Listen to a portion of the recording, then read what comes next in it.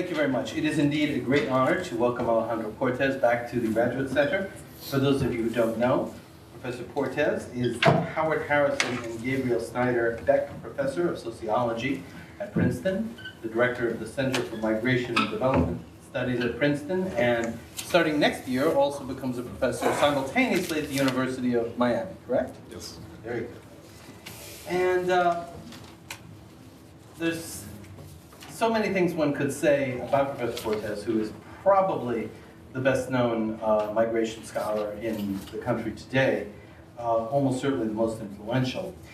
I would just point out a few small facts. He was in 1998 the president of the American Sociological Association. Since 2003, he's been a member of the National Academy of Sciences. But I just recently learned, thanks to Mauricio's Googling skills, that Professor Portes is, at the moment, the most cited living sociologist in the world. He is actually only the 10th most cited sociologist, but the other 9 guys are dead. Which I think is a much better thing to be, actually. So that puts him among the living in extraordinarily fine company, and even among everybody in pretty fine company. So with that, it's a great pleasure to welcome Professor Portes back to the Graduate Center.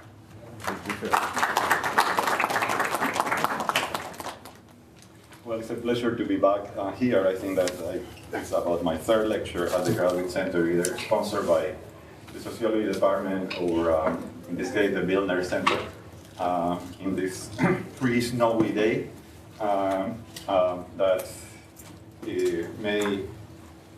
may occur tough times tomorrow. But here we are today, and I am delighted to share the results of my most recent study on this issue of what has happened to the Cuban American population of the United States, a topic that is, of course, of personal interest to me, being a Cuban American myself, but also I think of general interest because of the theoretical importance that what happened in Miami in the 60s and 70s had for the study of immigration, and that garnered great deal of attention, in a sense disproportionate to the size of the group because of the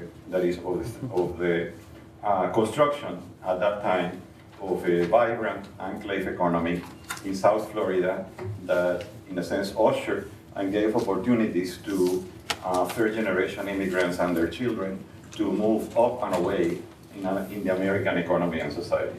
So without that is, in order to get this on the road, let me mention that successive phases of the Cuban exodus up to 1980 have been traced numerous times in the literature. This literature came to an end with the Mariel exodus of 1980 that marked really a point of inflection in the development of this community and on the economic enclave that had been built beforehand. The Mariel episode and its consequences have also been told many times. They are a well-known story, even in the popular literature. But for my purposes in this talk, Mariel produced 2 major consequences. First, it shifted what we call the mode of incorporation of new Cuban arrivals in the United States from positive to negative. President Carter's declaration that the United States would continue to receive all new Cuban escapees with open arms back in 1980 represented the last gasp of the previously benign policy of unrestricted admission of Cubans by the U.S. government. Realities on the ground proved too much, and the official attitude shifted toward denying the Mariel arrivals permanent settlement. Instead, a raw and more ominous legal category was invented for them at that time: entrance status pending. The image that Cubans had carved in American public opinion also suffered a marked deterioration. The exiles ceased to be a model minority and, quote, the builders of the new Miami, to become just another third world minority forcing its ways into American shores. In public opinions that were taken at that time and that we reported in the book City on the Edge back in the early 90s, Cubans ranked last, dead ranked last, among the least popular groups in the country after Mariel. That abrupt change in their public image was one, but not the only reason why the old-style exile community also shifted its stance from welcoming the new arrivals to creating social distance from them. The derogatory term Marielito made its appearance about that time, that is late in 1980. For displaced pre-revolutionary Cuban elites whose sole sort of comfort in exile had been its cozy relationship with Washington and the welcoming attitude of the American public, the stigma brought about by Mariel became nearly unbearable. The successful anti-bilingual referendum held in Miami-Dade County in the same year, 1980, came as the last straw. These events marked the beginnings of the bifurcation of the Cuban expatriate community into two distinct groups with significant consequences for the future. In 1980, and even after Mariel, Cubans in the United States represented an elite group with average levels of education, occupational status, and self-employment comparable or superior to the American population and certainly above other Latin immigrant groups. Their gradual transformation into another third world minority was not inevitable. It happened instead as a consequence of that momentous split of 1980. The successive phases of this transformation and its complex effects both for the Cuban American community and for its relations with the government in the island is the story that I am going to try to trace for you in this talk. First, the reaction of the old Cuban upper middle classes to the anti-bilingual referendum and the stigma of Mariel took two forms. First, there was a political shift from an exclusive concern to overthrowing the Castro regime in Cuba toward domestic mobilizations in self-defense. And second, there was a closing of the networks of the old enclaves to the new arrivals, that is, the Mariels and post-Mariel refugees. Following the events of 1980, Cuban business people in Miami who had believed themselves integrated into the Anglo-American mainstream began to withdraw from its organizations and to create parallel ethnic associations. Groups like Facts About Cuban Exiles, or FACE, and the Cuban American National Foundation were founded at that time. Plans were made to run candidates for local office. And more importantly, a new discourse began to emerge portraying the exile community itself as a solution to Miami's problems rather than the problem itself. And this is what now the late banker Luis Botifol, one of the leaders of that community in the 1980s, had to say. I won't read it, you can read it yourself. It's cited in my book with Alex Stepik, City on the Edge. And it's worth reading because what it says is that we are not another downtrodden group. In a sense, we lay claim to Miami. That is, we have been the ones who, in a sense, transformed the city into what it is. Before the Great Change, it was just a tourist resort for all people. But now that we came and so on, it was due to us that it can be. So this citation from Botifol exemplifies what was known at the time as the Cuban success story in the United States. That's evident in that statement, but what is neglected in it is its reactive character. It was created in reaction to the anti-bilingual referendum and to the very negative image following Mariel. The anti-bilingual referendum could be interpreted as an attempt by the local English-speaking elites and the native population in South Florida to put the Cubans in their place. Instead, the old exiles reacted by mobilizing what were already considerable economic power and collective solidarity, putting them at the service of domestic electoral politics in South Florida. And with good results. By the mid-1980s, the mayors of the cities of Miami, Hialeah, West Miami, and several smaller municipalities in Dade County were Cuban-born. And there were 10 Cuban Americans in the Florida state legislature. The 1990s added 3 federal congresspeople, and the 2000s, 2 federal senators, that is from Florida. First, Mel Martinez, and now the incumbent Marco Rubio. So even today, in areas of Latin concentration in this part of the country, it's scarcely worthwhile to run for electoral office if you are not Cuban American. The Miami congressional delegation registered several notable successes, primarily in the form of successive laws tightening the economic embargo against Cuba, but also others benefiting their own community. The Cuban Adjustment Act, which was passed in 1966 in the context of the Cold War, granted Cuban refugees and their kin expedited access to US legal permanent residence outside of quota limits and other legal qualifications. The waiting period for a permanent residence for Cubans who arrive in the United States was shortened from 2 years to only 1 in 1976. And the law was kept in the book with the support of the Cuban American congressional delegation, and in combination with the immigration agreement between the US and Cuban governments following the rafters crisis in 1994, granted Cuban citizens arriving in American shores near automatic asylum, followed by a fast-track process toward permanent residence and citizenship, unique among all foreign minorities arriving in the country. The only one that was granted this kind of privilege at that time.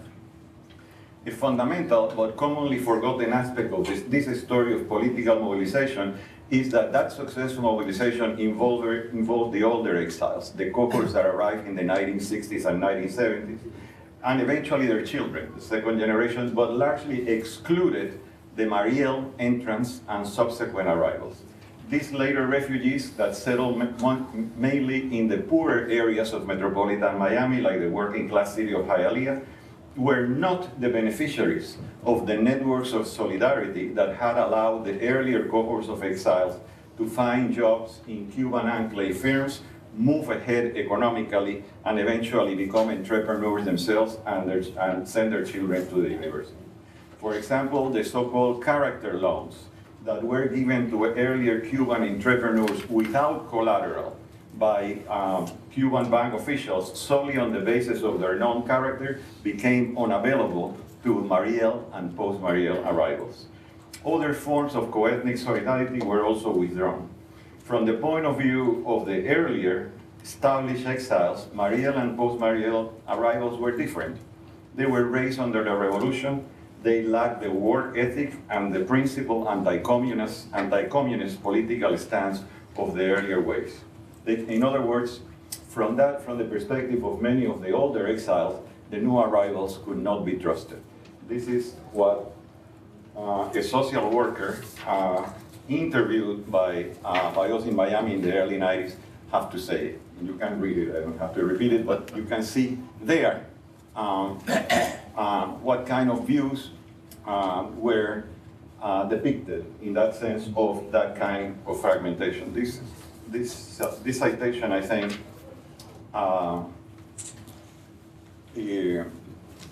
illustrates fairly well what was going on at that time.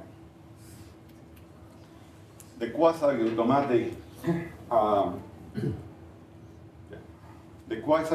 granting of asylum the quasi-automatic granting of asylum given by the Cuban Adjustment Act and the closure of the Enclave to new arrivals, in essence, work at cross purposes.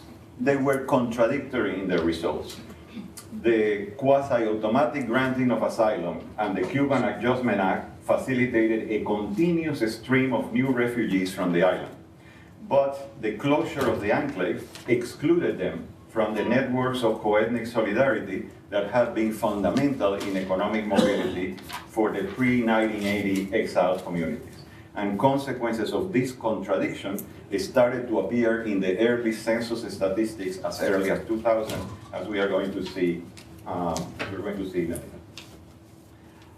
The Mariel exodus was seen as a catastrophe. Let's talk a bit about the relationship these peculiar paths passed there in the Straits of Florida between the US and Cuban government, and of course the exile community. The Mariel exodus was seen as a catastrophe in Miami, but it was a political triumph for the Cuban government that in one fell swoop erased the negative image linked to the occupation of the Peruvian embassy in Havana, got rid of common prisoners and other undesirables, and in turn stigmatized the Cuban population, the expatriate population living abroad. The use of the strategies of free departure had been used repeatedly by Cuban authorities as a temporary safety valve to reduce internal opposition. Open a port and let people go for a while. But what changed with Mariel, this has been done several times before, but what changed with Mariel was the stance of the American government. While the Cuban Adjustment Act remained in force, thanks in part to the growing political power of the old exiles, new refugees from the islands were neither promoted nor welcomed anymore. Hence, the positive context of reception that had greeted earlier exiles in South Florida disappeared. Post-1980 refugees had to fend for themselves, settling in poorer areas of South Florida while maintaining ties with their kin and friends in the island for emotional support. This shift in the U.S. stance toward Cuban and Cuban migration was made evident during the Rafters crisis of 1994, during which the escapees risking their lives in the Straits of Florida were not welcome in American shores. Instead, they were taken to the American base in Guantanamo and to a limbo of indefinite detention.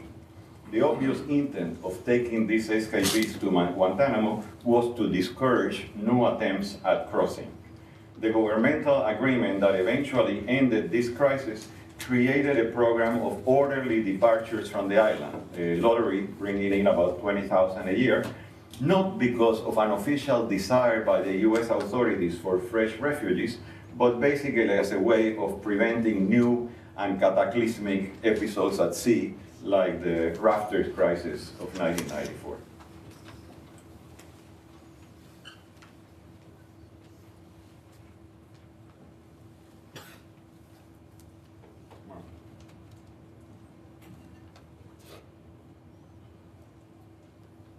Let me leave that there for a second, because I'm missing a few slides. But actually, what I wanted to point out is the negative mode of incorporation of post-1980 refugees encouraged their continuous ties with those left behind in the island for emotional support.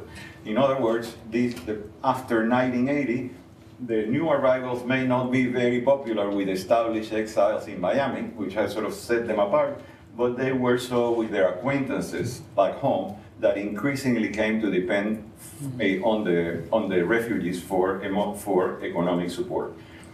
The families left behind were the beneficiaries of a continuous flow of resources that in the impoverished conditions of Cuba became decisive for survival. From their meager South Florida salaries, the new refugees managed to send back enough money and goods to keep their families alive.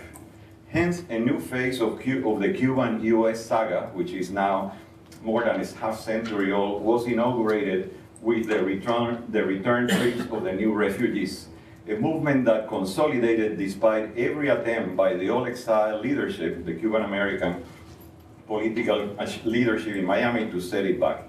Migration from Cuba thereafter became a two-way movement rather than a one-way escape from political oppression that had been earlier on. At some point, it dawned on the Cuban authorities that the escapees, rather than a threat, had become a valuable resource.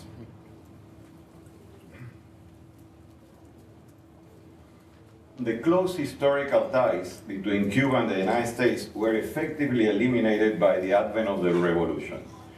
Thereafter, only a few brave souls dared to go back after being granted asylum in America after escaping. It was, in the novelist Guillermo Cabrera Infante's words, a world in black and white, where the frontal confrontation between the revolutionaries in the islands and the old Cuban upper middle classes left little space for dialogue, much less for regular visits. In subsequent years, political extremists on both sides of the Florida Strait, in a sense, supported each other, as the Cuban revolutionaries based their claim for political legitimacy on their struggle against Yankee imperialism, spearheaded by the so-called Miami Mafia, and the old exiles in Miami, conversely, consolidated their political position in South Florida on the basis of their intransigent anti-communism and the bloc voting that it brought about. With the advent of new communications and transportation technologies, other immigrant groups, both in the United States and Western Europe, have proceeded to build dense transnational networks with their home countries. They have transferred economic resources, know-how, and cultural innovation back home, and have received in turn the affection and respect of kin and local communities, and eventually the recognition of the home country governments for their contributions. Cubans remain apart. The exiles of the 1960s and 70s would not partake of these practices, and those who dare break ranks were ostracized, if not physically attacked. Former upper and middle class Cubans made a point of honor not to return to the island while Fidel Castro was still in power, and not to contribute a single dollar to the support of the regime in that case. So in that situation, Cuban transnationalism was rescinded back in the 60s and 70s. But the aftermath of Mariel started to change that situation, as the new refugees saw their departure from Cuba at more, not so much as a principled escape from oppression, as an economic strategy in behalf of their family and kin. Militant anti-communism declined among the new arrivals, and family solidarity took its place. Discreetly, the new refugees found ways of sending money and goods to their kin and friends, and to return the island to enjoy the recognition garnered by their generosity. Their outlook and behavior did not differ much from what other Latin American immigrant groups were doing in the United States, what Nicaraguans and Mexicans and Salvadorians were doing, but they were quite different from what they were doing before. So what happened then is that with time, as time passed and with growing numbers, Cuban transnationalism was effectively reborn by this new group. It emerged in a bifurcated context, where the older, richer, and more politically connected segment of the community disapprove of these practices and try to stop them. So the question arises why they did not stop them. That is, why did not the two segments of this community that was increasingly bifurcated did not come to blows with each other? That's a complex question, and I don't have time to get into the details, but I think that there are two aspects that were very important. First was the original withdrawal of support and assistance to the new arrivals by the old-style Cuban community. So if that is with that withdrawal, they lost any moral authority to lecture the newcomers about what they had to do, since they had not received any particular great assistance from their co-ethnics earlier on to move on. There was no reason, there was no moral stance to lecture them about what to do. And the second reason is that what the new exiles, post-Mariel and so on, were doing was perfectly in keeping with the family values of all Cuban society, in which the support of the family was a paramount value. So it was one thing for the Cuban-American political machine in Miami to stop foreign merchant vessels to arrive in the port of Havana through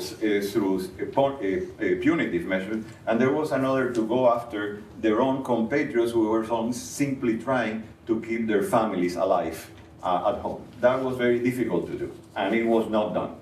That is, despite the disapproval and attempts, that could not be done because it ran against the value system of the very society that they were trying to defend.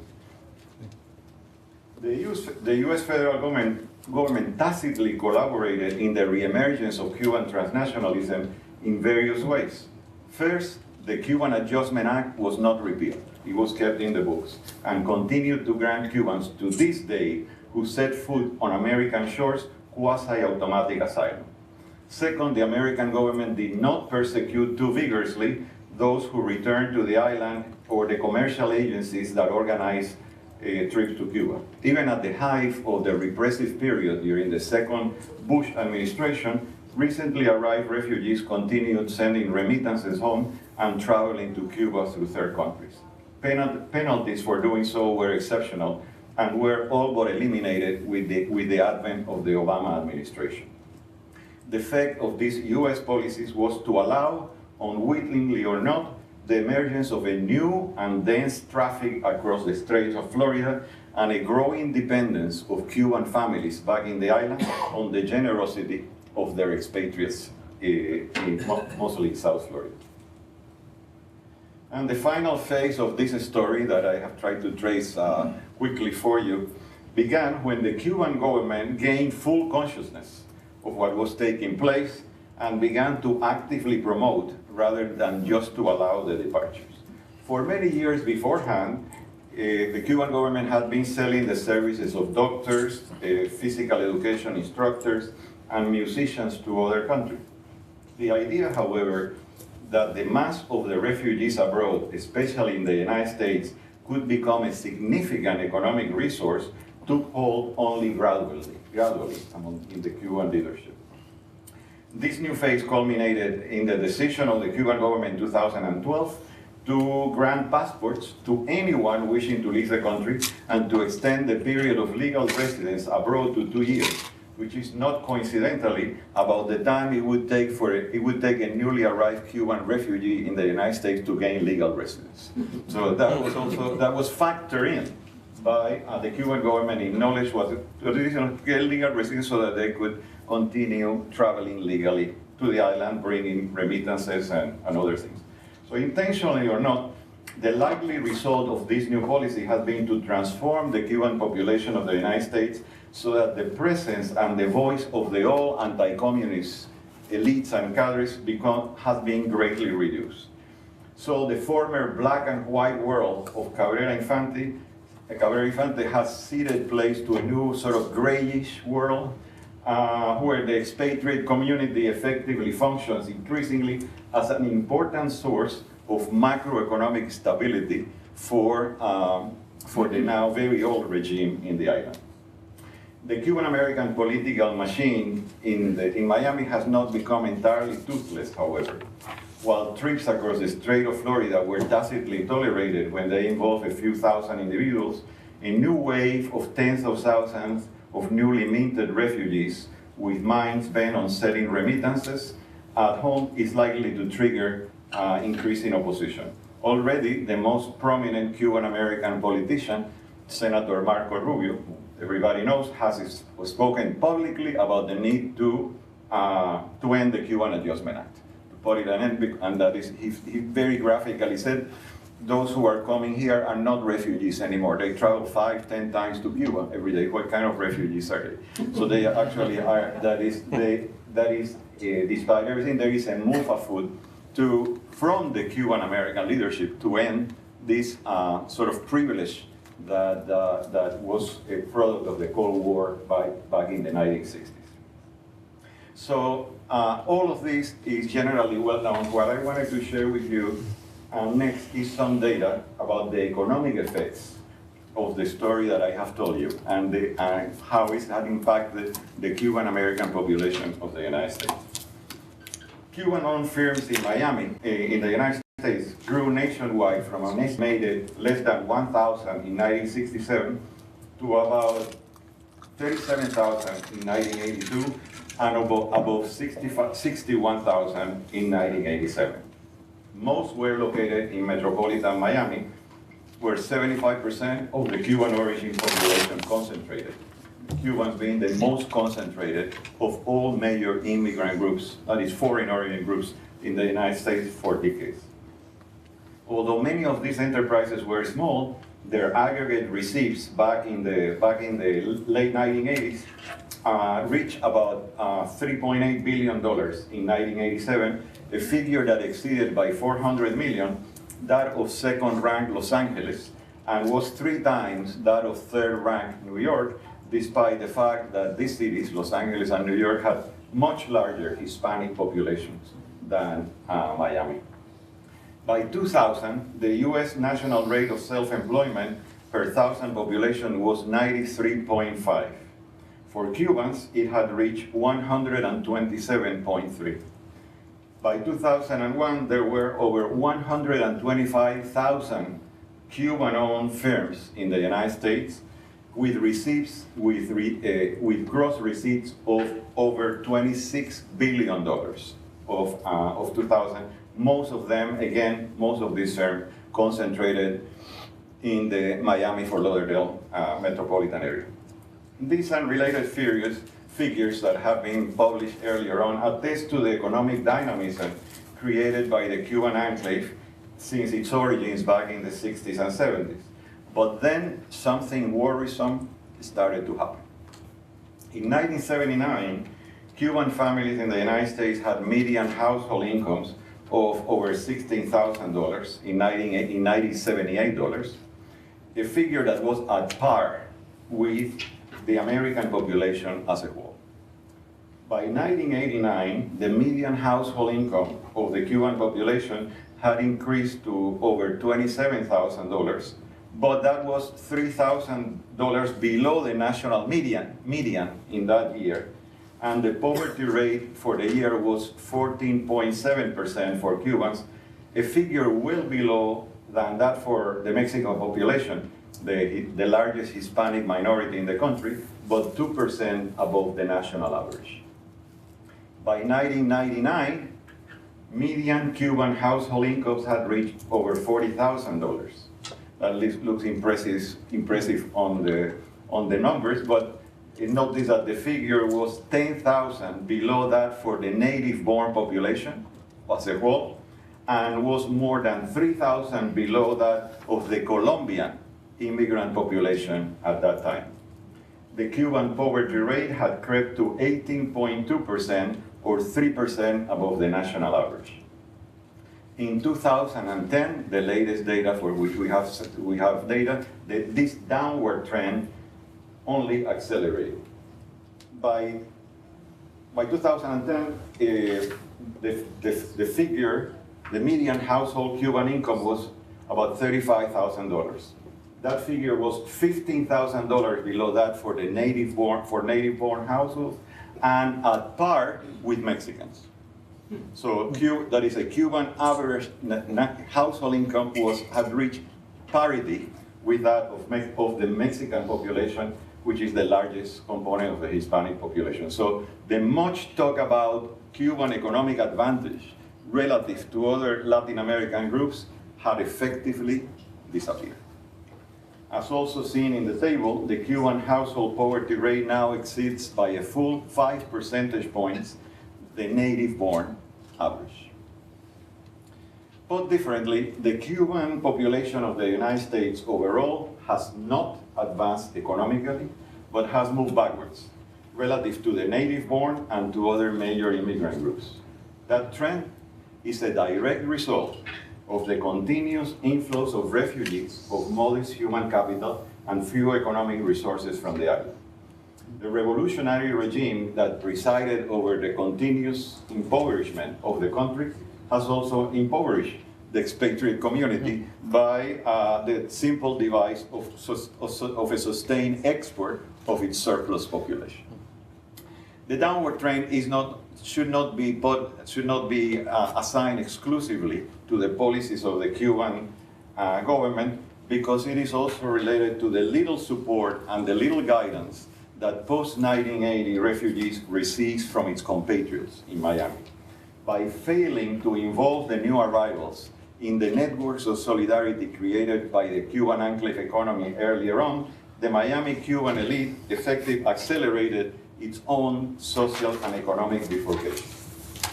That trend becomes more clearly when we examine patterns of entrepreneurship and its consequences in recent years. I'm going to first present you data from the 2000 census, because the 2000 census is a strategic for South Florida for two reasons. First, there were still significant numbers of pre-1980 Cubans in the workforce. By now they are dying off, but in 2000 there were still a fairly large number. And second, the Cuban second generation, the US-born Cuban population, were essentially children of these earlier exiles in 2000, which doesn't, by 2010, the picture becomes more mixed. So that the sample for the Miami-Fort Lauderdale metropolitan area, coming from the census figures of 2000 numbers, about 67,000 adults ages 18 to 65 who earn more than $500 a year in that area. That large sample can be divided in turn, as you can see in the, into these categories. Non-Hispanic white, which is the reference category, and then non-Hispanic blacks in that area, and the Cuban population can be divided into pre-1980 migrants, the Mariel and post-Mariel, the second generation, other Hispanics in the area, and others, other groups. And here we have figures for both personal income and family income, and at the bottom of the table you have the size of the population. And what do we find? Show that is non-Hispanic whites occupy the top of the economic hierarchy in that area with incomes higher than any group. All others had average personal incomes that were significantly lower. But of these, only pre-1980 Cubans, the earlier exiles, and the US Cuban-born second generation, their children, had incomes that exceeded the average for the metropolitan area. The trend is the same if you consider at the bottom of the table family incomes. In this case, only non-Hispanic whites and pre-Mariel Cubans, that is the earlier exiles, had incomes that exceeded $80,000 a year, with the Cuban second generation shy of that amount by little more than $1,000. By contrast, as you can see, refugees arriving during the Mariel exodus and afterwards have not succeeded economically. Their personal and family incomes were lower than that of other Hispanics in the area and not statistically different from non-Hispanic blacks, the bottom ethnic category in this metropolitan area. This next table disaggregates these figures further into the categories of entrepreneurs and wage earners among adult males, because there were not sufficient numbers of adult females entrepreneurs to be able to provide reliable data. Sorry for some of the things that appear have come. So these things always happen in these kinds of slides. There is always some kind of mix-up, but the same ethnic hierarchy that I pointed before holds. Non-Hispanics white at the top, pre-Mariel Cubans close behind, followed by their children, and everyone else below. As repeatedly found by prior studies in sociology and economics, entrepreneurs enjoy a substantial economic advantage in terms of personal and especially family incomes. Entrepreneurs do very, very well. Non-Hispanic whites and pre-1980 Cuban entrepreneurs were the only groups to exceed annual family incomes of over $100,000 in 2000, with the difference between both groups being very small, just shy of 1,000. So they were more or less at par. They were followed at some distance by the second generation, the children of the earlier exiles, and then all others. Differences among wage and salaried workers at the bottom of the table followed exactly the same patterns. That is, in terms of that is the wage salaries are at the bottom, are here at the bottom. That's the average for the metropolitan area for the total MSA for non-Hispanic whites, non-Hispanic blacks. Oops.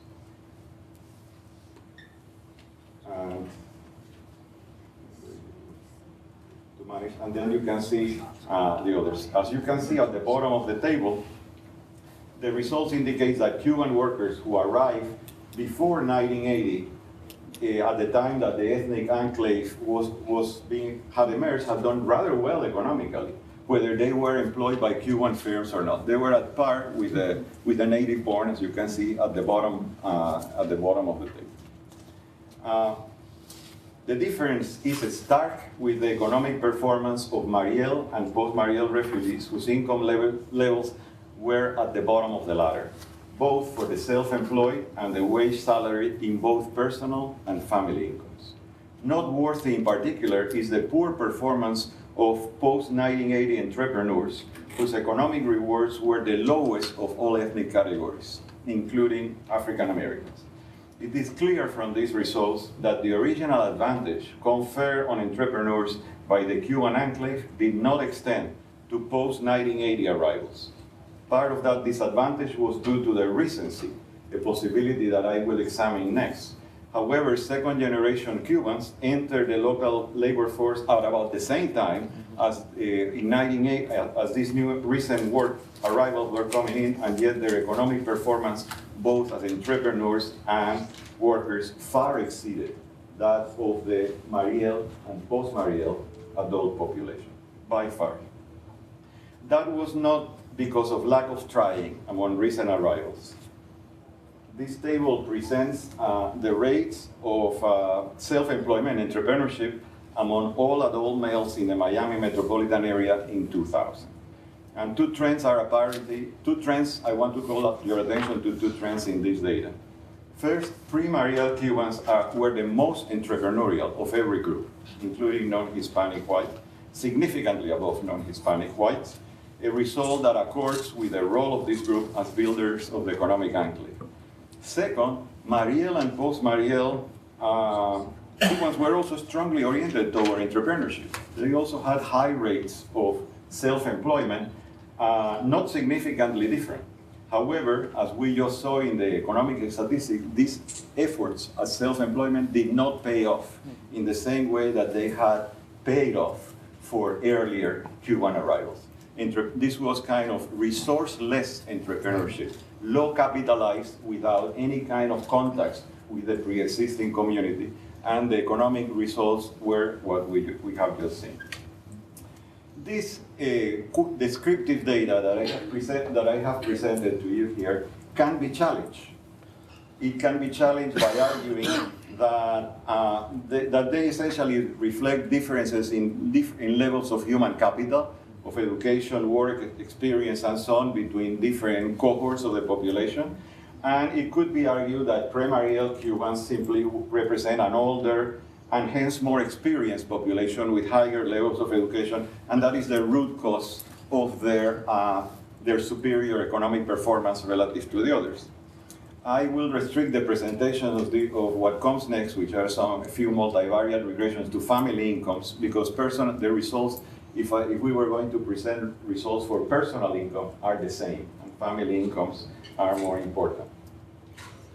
So this table presents regressions of family incomes in actual dollars. So the figures there are actual dollars, positive or negative, for the adult working population of Miami, Fort Lauderdale, on the standards indicators of income regressions that are done by economists and sociologists all the time. That is human capital, work experience, gender, and so on. The first model presents the effects measured as dummy variables of all ethnic categories. And as you can see, there is a net negative effect in this first column for being Cuban, for the Cuban origin population of close to $10,000. But that is going to change very strong when we look at the second column, when we disaggregate the Cuban population into pre-1980, post-1980, and the second generation. But let's go one thing at a time. There are three main findings that emerge from results of this standard family income with dollars figures. First, that education and work experience, which are the indicators of human capital, have the expected work experience is indexed in this table by age and its and H squared, as is usually done. It's in these regressions. Education and work experience have the expected strong effects on net incomes, as does sex. College and post-college graduates derive an advantage to their education measured in the tens of thousands of dollars relative to high school dropouts, as you can see in terms of the figures for when the less than high school is the reference category. And women suffer the well-known income handicap in South Florida, like in everywhere else, relative to comparable males of similar human capital. Second, after controlling for these predictors, self-employment continues to have a positive and significant effect, as you can see there, about a net effect of over $14,000 advantage in terms of entrepreneurs vis-a-vis the wage population. And third, in the first regression, all ethnic categories earn significantly less than non-Hispanic whites, which is the reference category, as you can see there. More than, all the figures are negative. For African Americans, more than $21,000 negative. For Hispanics, $19,000 less than non-Hispanic whites, and so on. And these differences are statistically significant at the highest levels of statistical significance that there can be. But the existing difference for the Cuban population in the first model disappear when you disaggregate the Cuban population into the three categories there. When that happens, pre-Mariel Cubans and the US Cuban-born second generation exhibit incomes that are higher than the reference category of non-Hispanic whites, net of everything else. That is controlling for education, controlling for sex, controlling for self-employment. The net incomes at that year were higher for this particular population. In contrast, post-Mariel Cubans continue to experience a large economic disadvantage, large enough that it is higher than that suffered by any other ethnic category in the Miami metropolitan area, including African Americans. In that category, the annual income gap relative separating Mariel and post-Mariel adult workers from the native Hispanic white, controlling for everything else, for education, age, and so on, is about $23,000, or was about $23,000 a year in 2000. A possible final objection to this finding is that age is not a good indicator of work experience, of US work experience. And you could say that age is not a good indicator because the older groups were already here and they had more work experience. So age may be age lived in Cuba by those who arrive, and it is not a good indicator of this crucial dimension in the human capital function of income. Pre-1980 Cubans may have had much fewer years of experience in the American labor market. So in order to take into account that possibility, we substituted US work experience for age across all ethnic groups. For the that's going to be presented next. For the native born, you measure work experience is measured in standard ways as age minus education minus 6. That's for the native born. For adult immigrants, in this case all immigrants, it is measured as years since arrival in the United States minus a factor that we can call Y, where Y is 0 for those who arrive after 18 years of age, and is 18 minus the age at arrival for those who arrive as children.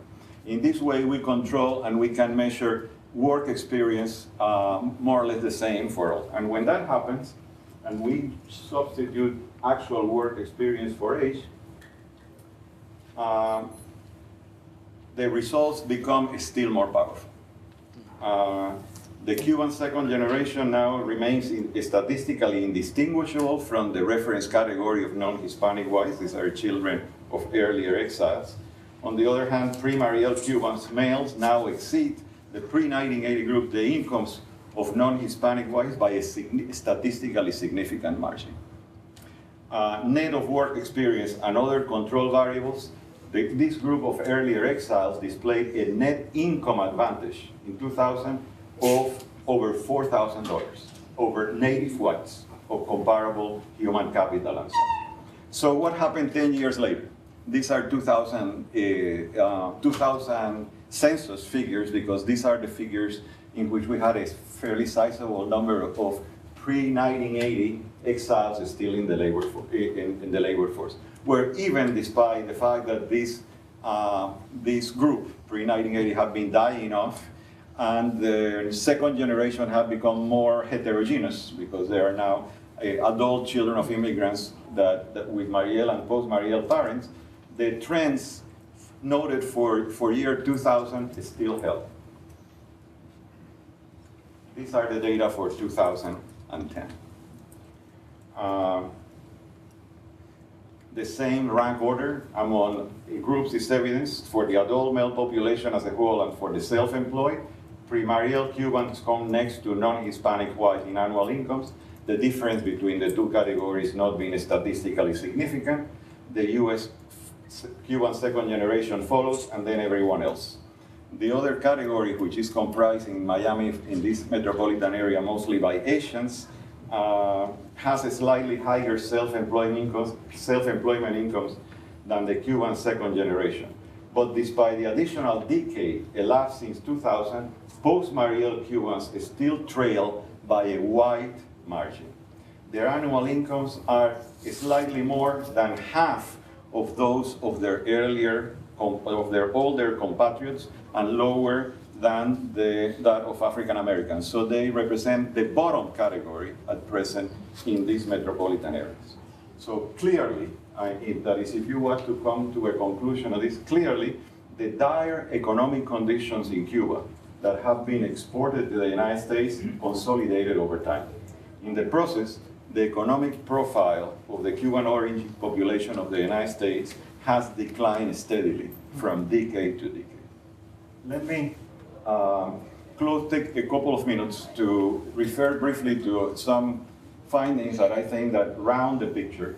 To them, that is, basically they demonstrate that this bifurcation in the first generation travels to their children, travels to the second generation. It is not one that remains with those who were born in Cuba and came to this country, but that is, it impacts the process of integration in the United States of the Cuban-born second generation.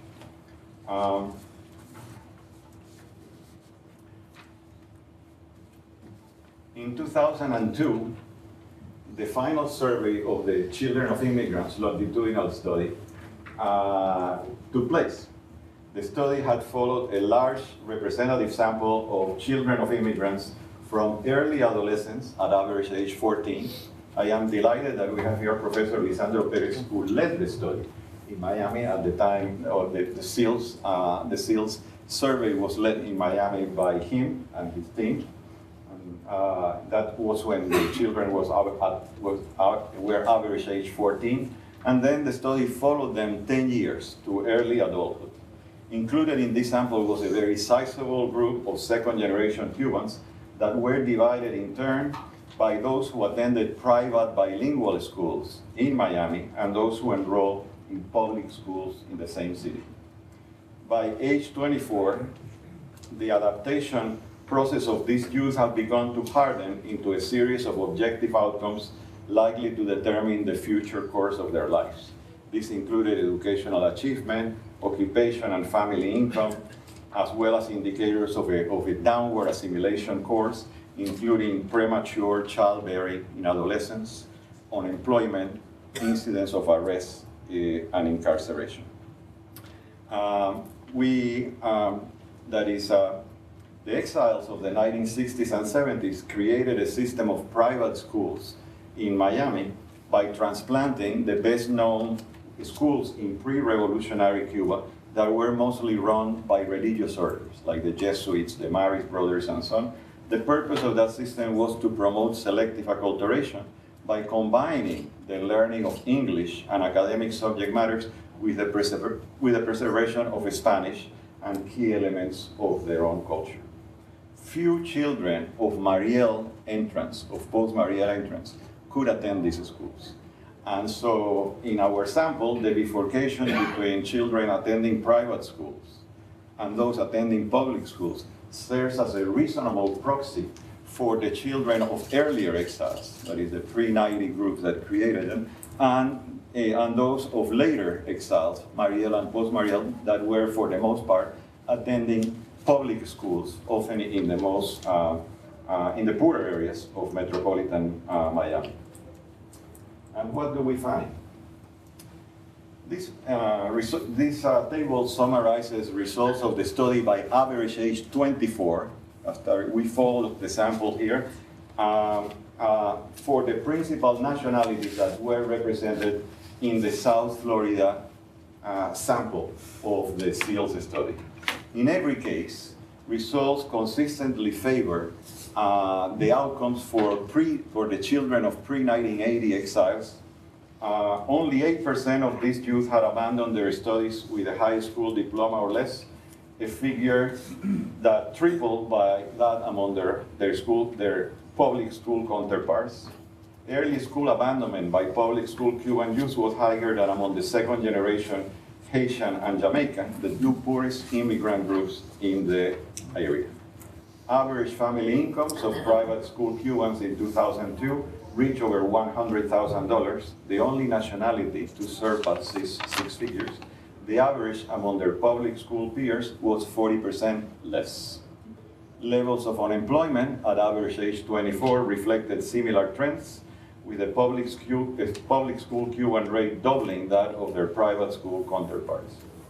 Only 3% of the children of earlier exiles had had children themselves during adolescence, but the figure was about 6 times that among public school Cubans, where teenage parenthood came close to that of to the Nicaraguan figure and exceeded that for other Latin youth in the sample. Our data contains figures on incidents of arrest and incarceration, especially incarceration garnered not from self-reports, but from the Florida Department of Corrections, because being incarcerated for a felony in Florida is public information. So it was possible to, in a sense, match our sample with the data provided by the Florida employee, so as not to depend on self-reports and see what had happened if some of these kids what had happened by average age 24. Whereas for for young females, it was much more common to have children in early adolescence by young females than males. For males, it was far more common to have experienced incidents of arrest and incarceration. As we see in the figures in the tables, males were indeed far more prone than females to be incarcerated, but among males, there was a significant difference. Only 3% of private school Cubans suffered that fate, a figure almost double by their public school counterparts, which means that 1 in 10 of male children of post-marital Cubans was in jail at average age 24, 1 in 10. These differences show that patterns of relative economic advantage and disadvantage endure and carry across generations. As with other immigrant groups, the destiny of the ethnic groups created by new immigrant groups will be determined largely by what happens to the second generation. They are the ones who are going to here to stay and are going to carry on. In the case of the Cuban population, that destiny is decisively bifurcated. And before Mauricio cuts me off, let me take 1 minute to conclude. The trends that I have noted in this data, resurgent transnationalism and the downward economic condition of the Cuban American population overall in the United States are irreversible. Older and richer exiles are dying off, while their children are becoming more and more integrated into the American mainstream. Recent refugees will continue engaging with their families, and they have all the reason to do so, and remitting there as much as they can. These regular transfers, plus the absence of any assistance by established Cuban firms, also ensure that entrepreneurial ventures by the more recent refugees would be poorly capitalized, since the money is being sent continuously abroad, and therefore they will be much less successful. On its part, the Cuban government appears content with the present situation. The aging revolutionary leadership has come to rely on the economic contribution of its young population, not by employing it, but by exporting it. The new facilities for leaving Cuba, coupled with the continuation of quasi-automatic entry into the United States by the Cuban Adjustment Act, can thus translate into a new and large wave of migrants. Unfortunately, their economic prospects would become increasingly bleak as they more and more crowd into the labor market of what is already an impoverished city. There are two schools of thought about consequences of this resurgent Cuban transnationalism for the long-term prospects of the communist regime on the island. On the one hand, Susan Eckstein links toward predicting significant changes in the island brought about by the influence of the returnees, including greater political openness and some signs of democratization because the cultural influence of these people is sending remittances and visiting the island frequently. On the other hand, there is another school of thought that envisions the labor exporting policies of the Cuban government as part of an attempt to imitate the Chinese, Vietnamese model of a capitalist economy, of capitalism with a single party state, just as what has happened in China. The Cuban-American political leadership in Miami leans toward the latter interpretation, that what is happening is an evolution toward a Chinese-like type of economy, and there are signs that there may be moves to restrict new entries through the repeal or modification of the Cuban Adjustment Act. To conclude, the end or restriction of future Cuban immigration will not change the present situation, but would merely freeze in place what is already taking place and the lines around which this community has become bifurcated. Overcoming this division would require decisive action by the still numerous and powerful institutions of the earlier exiled community. In particular, the children that are now being educated in public schools in Miami require and deserve greater assistance than what has been their due so far. A great deal could indeed be accomplished even now if established exile institutions would veer away from nostalgic rituals, celebrating this and that of old Cuba, and from attempts to reproduce pre-revolutionary culture more than 50 years old already, and pay more attention to what is happening in their midst, what is happening right now in their middle. As we've done in any other immigrant groups, the children are the future. And what happens to the second generation will decisively affect the course of the Cuban-American community in years to come. While the offspring of the earlier exiles, of the pre-91, have had an open avenue toward educational and occupational success, the growing number of their less fortunate peers in Miami stand in need of decisive support by their co-ethnics, a support that has not been forthcoming so far. No nobler cause could occupy the energies and the resources of Cuban-American economic and civic institutions in the present and in the years to come. Thank you.